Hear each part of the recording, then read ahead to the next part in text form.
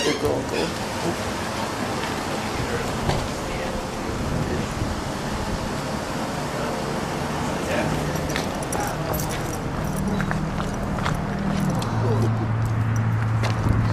So she says she wants to do it outside, right? Yeah. Okay. You like the cold, don't you? No, not at all. It gets a lot colder. Yeah, oh, I know. They're golfing in Toronto. Actually, that girl is from Moose Jaw. Ashley Brooks, yeah, she was the Moose Jaw student coach. And the person beside her is from Regina. Zach. Jeremy Zach. He was the Regina student coach. So we're going to do that in those cities. Yeah. And that was part of the Canadian student coach.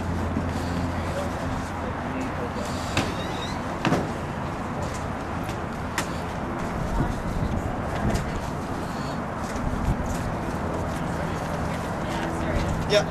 Ron, are you okay if we start? Or do you want a few more shots? 2 more shots of the truck. Yeah, I'll be quick.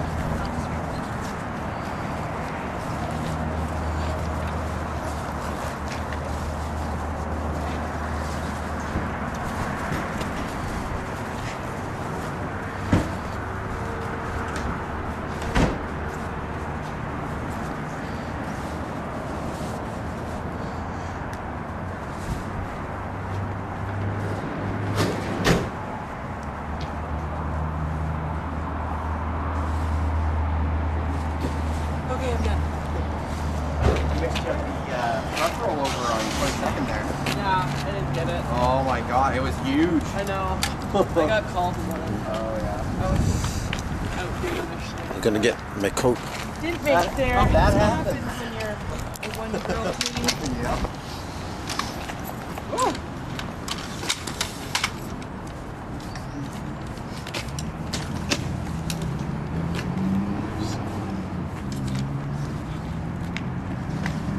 Okay. Let's just grab you right here. All right. Thank you. I'm just going to put this right here, Terry. So don't open up this door.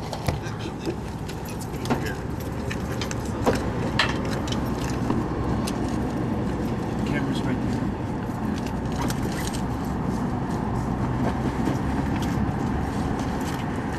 Thanks, George. Thank you. Good luck. Thank you.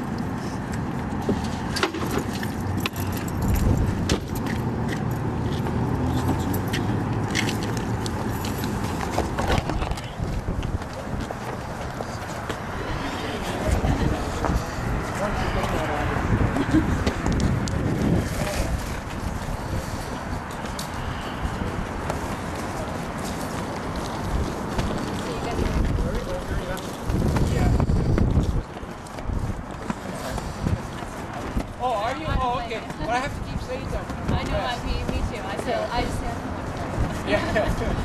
Are you good? Yeah. Okay, so I'll just get you if you don't mind to say and spell your first and last name. Sure. It's George, first name George. Last name's Marcello, Marcello. Okay, and how can I title you? The founder of this? Founder and organizer of this campaign. Okay, and tell me a bit about the campaign. Sure. SOS the Americas is Step by Step's 7th campaign. In this campaign, students are relaying the famous torch of life, which was blessed by Pope John Paul II. It started in Alaska, October 23rd. It's making its way through 277 cities in 36 countries of the Americas, and finally arriving to its destination in Argentina on October 24th, 2011. This is all in an effort to bring organ and tissue donations to the world stage. So why is this something you're 14 years ago, I was laying in a hospital bed in Toronto, and literally I had made my funeral arrangements because I had literally hours left to live. And I was waiting for a liver that I thought wasn't going to arrive, and it did. Hours left in my life. And after waking up after the operation, I had a very profound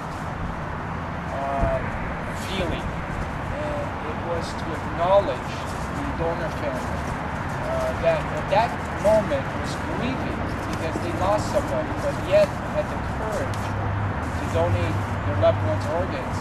And my life was saved, and 5 others from that one donation. And 3 floors below me, in the emergency room, there was organs that were going to waste, and people on my floor that were dying every other day. So something wasn't right with this picture. And from that moment that I woke up from that surgery, I haven't looked back. Like, I just wanted to do what I could to make a difference. And that's why I created Step by Step. And after 6 campaigns, we're now on our 7th campaign, and we're hoping to reach the world with this campaign. Is there a problem with the amount that you're working for aid and tissue donation in Canada? Are there not enough? In Canada, sadly, Canada has one of the lowest organ donation rates in the world. And that is not something that Canadians are familiar with, being low in anything. Because we are always, standing up to the plate on all these things. But in this issue, we're one of the lowest. I think the problem is that there's not enough awareness to Canadians on how important this is. And this discussion should be had with the family. We've been trying to lobby this issue in many ways, even trying to get it incorporated into schools so that the students have a good understanding of this.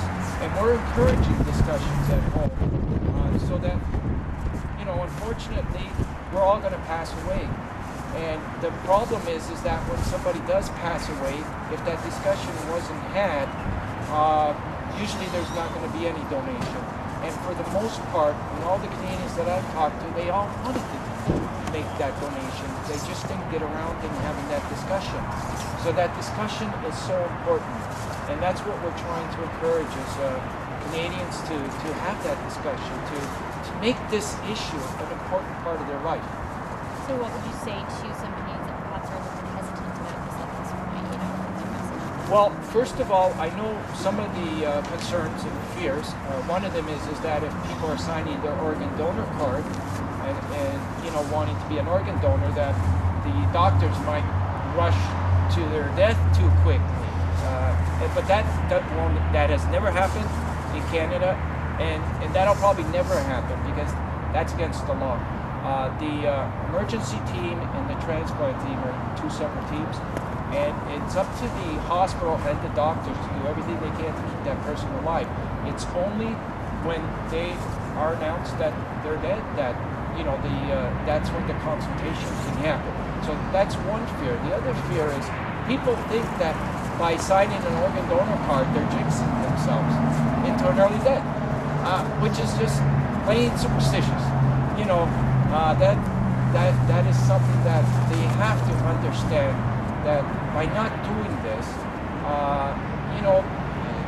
the family and I met many donor families, they are so comforted by the fact that they donated their loved one's organs. It helps through the grieving process. And then there's kind of a feeling that their loved ones are still existing. So it's a win-win situation. And that's why this issue should be right at the forefront of all the other top issues. And this is an issue that we're not asking for money. There doesn't need to be any research dollars to find a cure. The cure is the message. And the message is, please sign your organ donor card, and please have this discussion with your family. How's the Stop and Sask?